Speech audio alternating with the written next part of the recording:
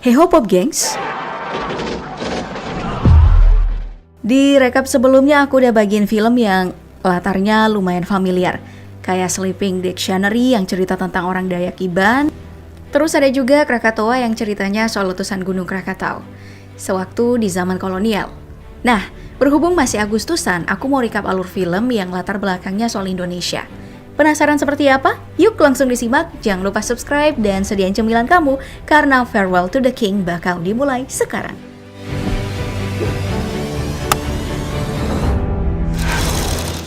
Semuanya berawal dari pendaratan dua orang tentara Inggris di hutan Kalimantan.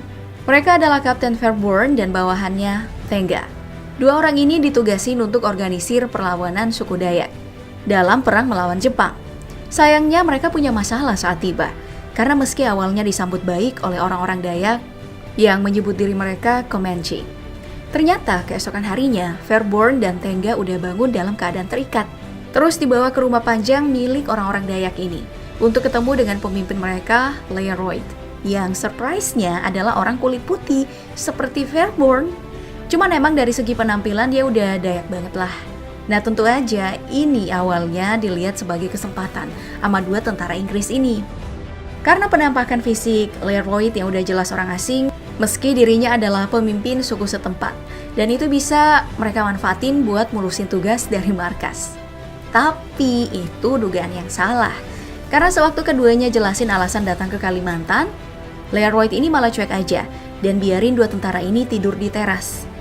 Ya sebenarnya nggak bisa dibilang cuek juga sih, soalnya keesokan harinya saat dua tentara ini dipanggil ke aula, si Leroy ini malah curhat tentang asal-usul keberadaannya di tempat itu, yang bermula ketika Doi dan teman-temannya sesama tentara Amerika terdampar di pesisir pulau.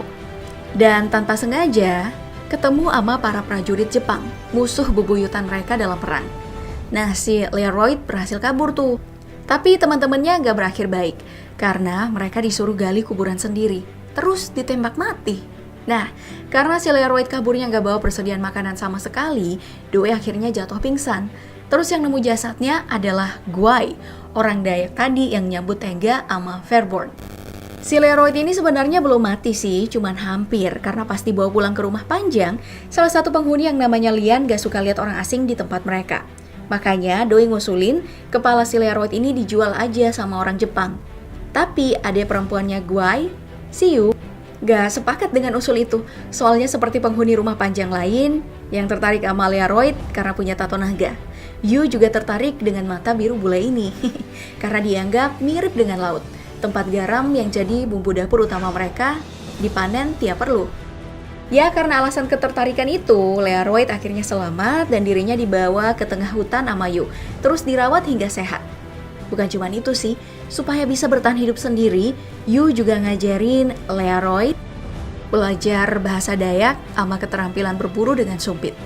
Siapa sangka kalau ternyata semua yang diajarin kelak malah dipakai buat ngajuin tantangan duel ke Lian depan kepala suku.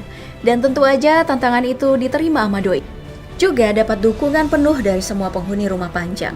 Meski pemenangnya bukan rekan mereka sesama penghuni rumah panjang, tapi si Leroy. Sedangkan Lian gugur dalam duel tersebut. Karena itu setelah jasad sang lawan dipulangin ke orang tuanya terus dimakamkan, nah berkat itu Leroy akhirnya resmi dapat status sebagai penghuni rumah panjang. Status yang ternyata dia manfaatin buat nikah sama Yu, dan dia gunain buat komporin orang-orang dari rumah panjang lain, sampai akhirnya berhasil nyatuin 22 rumah panjang. Jadi satu kerajaan baru dengan dirinya sebagai raja. Makanya rencana Fairborn ini bergantung banget sama restu dari Leroy sebagai raja mereka. Cuman sayangnya, setelah dibujuk dengan berbagai cara, ternyata Leroy udah pakem, gak mau kalau warganya diikutkan dalam perang. What will your kingdom be worth then? You can no longer avoid history. Jadi, Fairborn bisa dibilang gagal dan terpaksa ngelaporin soal itu ke atasannya. Cuman karena lewat radio nih, posisi mereka malah jadi kelacak sama pihak Jepang, yang keesokan harinya nyerang perkampungan di sekitar rumah panjang pakai pesawat tempur. Ini praktis bikin Leroy ngamuk, soalnya Doi tahu kalau lokasi mereka ketahuan gegara radio. Makanya mereka debat panjang banget, dan sewaktu Leroy udah gak punya alasan lagi buat ngindarin perang, ternyata Doi masih punya satu senjata pamungkas, Itu adalah jaminan soal kebebasan warganya, baik selama maupun sesudah perang.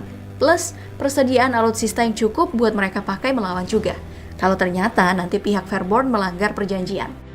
Tentu aja karena nggak ada alasan buat nolak, Fairborn akhirnya iyain tawaran itu.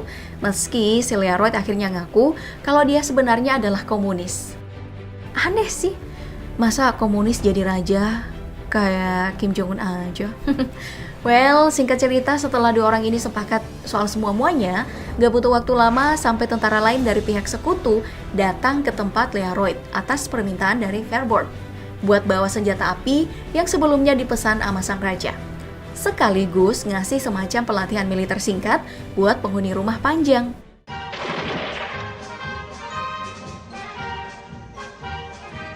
Cuman proses pelatihan ini juga gak berjalan mulus.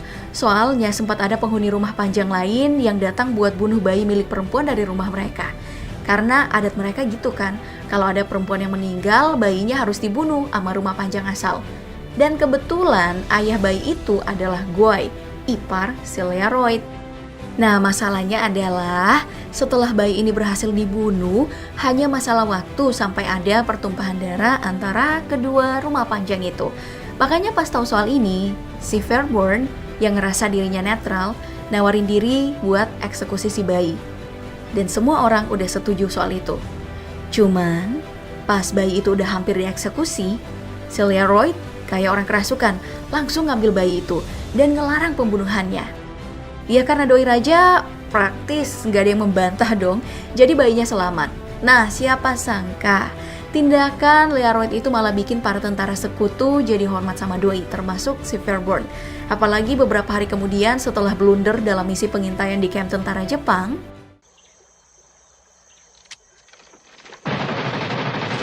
doi yang kebetulan kena malaria juga hampir mati konyol gegara kabur ke area terbuka. Untung si Learoyd nyelamatin Doski yang setelah itu tetap pingsan selama beberapa hari. Dan begitu siuman, perang udah dimulai tuh. Makanya sebagai balas budi buat semua pertolongan Learoyd itu, plus karena respect juga soal nyelamatin bayi tadi, Fairborn akhirnya mutusin buat terbang ke markas pusat demi penuhin janjinya ke Learoyd, buat minta jaminan ke para petinggi kalau orang-orang Dayak yang kerjasama dengan mereka akan tetap berdaulat selama dan sesudah perang.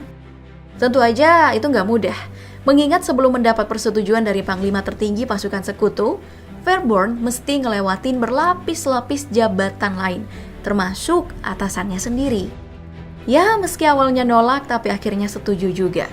Dan yang terakhir adalah ajudan si panglima. Iya, yang pas ngadepin doi, Fairborn dan atasannya sempat ketahan tuh. Untung, panglima yang kebetulan ada dalam ruangan tahu soal kedatangan Fairborn. Dan di luar dugaan, langsung setuju gitu aja sama permintaan sang raja. Meski ajudannya udah ingetin kalau semua itu cuma omong kosong belaka. Nah, dengan ini Fairborn berhasil dong nepatin janjinya ke sang raja. Jadi walaupun berat balik ke Kalimantan, karena di markas pusat ada tunangannya yang militer juga, Fairborn mau gak mau tetap harus pergi nemuin Learoyd buat nunjukin bukti kalau permintaannya udah disetujui. Soalnya kalau kagak gitu, orang-orang Dayak yang jadi pengikutnya gak bakal mau ikut perang bareng mereka. Tentu aja si Learoyd bakal nepatin janjinya, apalagi doi udah dapat salinan surat perjanjian. Cuman sebelum perang, para prajurit sekutu ini diajak dulu ke tempat bernama Celah Awan buat ketemuan orang Punan. Orang Punan ini ya salah satu keluarga dari suku Dayak yang gak kenal konsep harta, iri, dan tamak. Dulunya aja kali ya, kalau sekarang mungkin udah kenal sih mereka. Nah, tujuan Learoyd ini kenalin mereka adalah karena rute gua menuju perkampungan orang Punan sebagai satu-satunya akses harus dihancurin saat tentara Jepang datang.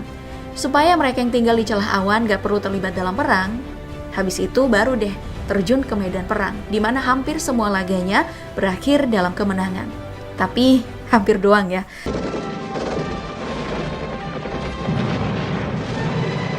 Soalnya waktu lawan pasukan Jepang yang pimpinannya dipanggil Kolonel Hantu, Yu, istri Learoyd, udah punya firasat buruk. Makanya nih sebelum berangkat, doi nawarin suaminya buat mundur dari peperangan. Tapi karena udah terlanjur kecebur yang gak mungkin dong dibatalin, makanya perang tetap dilanjut meski Yu udah ingetin soal kemungkinan buruk yang bakal terjadi. Dan bener aja, pas pasukan Fairborn X Leroyd dalam perjalanan ke medan perang, mereka nggak sengaja nemu satu perkampungan Dayak yang seluruh bangunannya hangus terbakar dan semua penduduknya hilang tanpa jejak. Setelah diselidikin, ternyata para penduduk itu bukan hilang, tapi dijadiin ransum sama pasukan kolonel hantu. Yap, mereka ngelakuin itu buat bertahan hidup supaya nggak mati kelaparan. Seperti rekan-rekannya yang lain, lagian ini perang kan, mana ada sih kemanusiaan dalam perang. Satu-satunya yang manusiawi dalam peristiwa jalang seperti ini ya cuman bertahan hidup, kayak kondisi kita sekarang selama pandemi ya. Tapi kamu jangan sampai makan orang juga ya. Kalau para pejabat jadi monster, biarin aja. Emang sifat mereka udah begitu dari sononya. Kita para warga harus tetap jadi manusia, saling tolong, saling bantu. Kayak yang dilakuin sama Leroyd pas tahu kalau sesama orang Dayak akan dibantai habis, bareng sama Fairborn.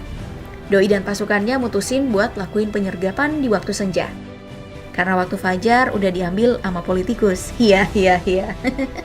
Sayangnya meski udah kasih serangan kejutan, ternyata pasukan kolonel hantu yang mereka kejar jauh lebih waspada dan nyadar soal kemunculan mereka. Sehingga perang selama semalam penuh gak bisa dihindarin. Lalu begitu pagi, Leroyd dan Fairborn baru nyadar kalau separuh dari pasukan musuh mereka udah gak ada. Dan berdasarkan jejak yang ditinggalin, kayaknya mereka sedang dalam perjalanan ke celah awan.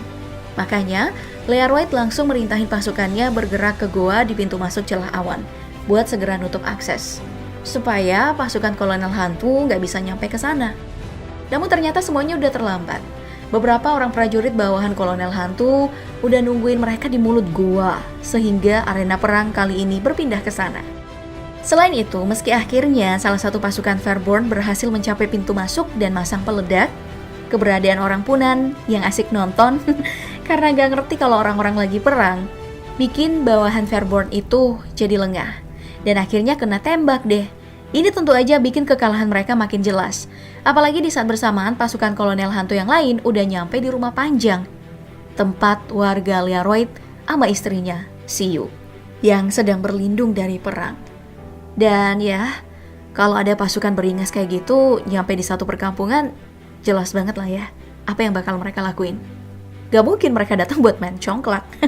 Makanya begitu Leroyd dan pasukannya tiba di sana, ya semua orang udah jadi mayat, termasuk istri dari Leroyd. Nah, kematian orang-orang ini tentu bikin Leroyd patah hati banget. Begitupun semua orang yang baru aja pulang dari medan perang.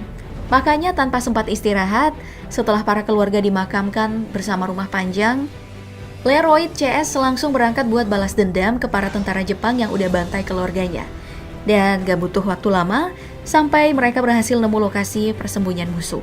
Terus, bikin sungai di sekitar hutan jadi pemakaman buat para tentara Jepang. Sayangnya, begitu mereka pikir udah menang, ternyata beberapa musuh ada yang ngumpet di semak-semak dan diam-diam nge-shoot mereka dari persembunyian. Fairborn sendiri terluka di momen ini. Meskipun di sisi lain, Doi juga berhasil lubangin kepala musuh yang nusuk perutnya pakai bayonet. Cuman ya gitu, meski musuhnya mati, Fairborn sendiri pingsan selama berhari-hari. Terus pas udah sadar, Doi udah ada di Brunei. Dan di sampingnya ada sang pacar Vivian. Sedangkan Leroyd yang sebelumnya kepisah sama Doi, rupanya masih ada di hutan dan tampak sedang bersama si kolonel hantu.